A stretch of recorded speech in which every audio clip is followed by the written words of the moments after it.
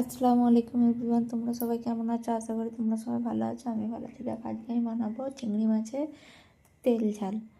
দেখো চিংড়ি মাছের তেল ঝাল বানাতে গেলে আমি এখানে চিংড়ি মাছটাকে ভালো করে ধুয়ে নিচ্ছি। এখানে আমি দিয়ে দিয়েছি একটু হলুদ, একটু লঙ্কা করে, একটু নুন দিয়ে আমি এটাকে ভালো করে মেখে রাখলাম। ওইদিকে আমি টমেটো, পেঁয়াজ, ধনেপাতা, লঙ্কা কুচিয়ে নিয়েছি। দেখো আমি এখানে আমার জন্য কড়া বসিয়ে দিয়েছি। কড়াটা গরম হয়ে যাওয়ার পরে আমি এতে দিয়ে দেবো সর্ষের তেল। যেহেতু আমি তেল ঝাল বানাচ্ছি সেহেতু সর্ষের তেলের পরিমাপটা একটু বেশিই দেবো।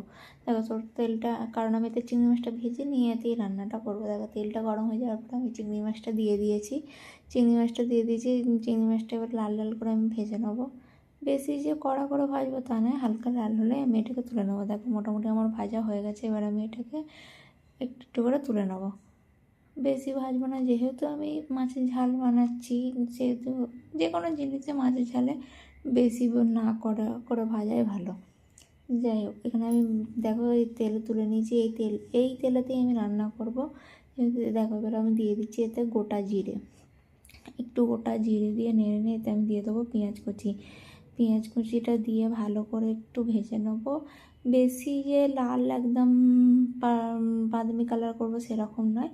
আমি একটু পেঁয়াজটা যেন গোটা গোটা থাকে, পুরো মিহি না হয়ে যায়, সেই জন্য দেখো আমি ভেজে নিয়েছি। এবারেতে আমি দিয়ে দেবো একটু আদা রসুন বাটাটা দিয়ে দেওয়ার পরে এবার আমি এখানে দিয়ে দেবো লঙ্কা, মানে মশলা, নুন, জিরে গুঁড়ো, ধনে গুঁড়ো, লাল লঙ্কা গুঁড়ো, হলুদ গুঁড়ো দিয়ে মশলাটা কষিয়ে নেওয়ার পরে আমি দিয়ে দেবো লঙ্কা কেটে রেখেছি, ওই লঙ্কাটা দিয়ে দেবো। লঙ্কাটা দিয়ে দেওয়ার পরে আমি এতে টমেটো কুচি, লঙ্কাটা দিয়ে একটু নেড়ে নেবো আর ধনেপাতা একটু দেবো।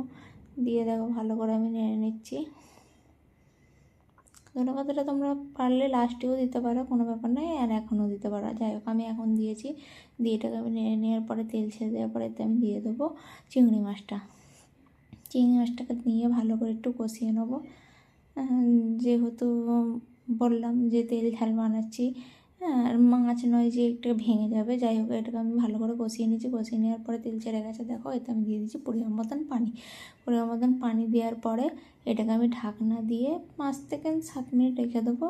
7 মিনিট পর ফুটে ওঠার পর আমি এতে দিয়ে দেবো ওপর থেকে একটু জিরে গুঁড়ো। ফ্লেভারটাও ভালো আসবে, খেতেও টেস্ট লাগবে। দেখো হয়ে গেছে। এবার আমি এটা গ্যাস বন্ধ করে নেবিয়ে নেবো। তোমরাও এরকম করে বানিয়ে দিতে পারো, সিম্পল সাদামাটা টাইপের চিংড়ি মাছের তেল ঝাল। দেখেছো কালারটা কত সুন্দর এসছে, তেলটাও ওপরে ছেড়ে গেছে। তোমরা পারলে এরকম বানিয়ে দেখবে।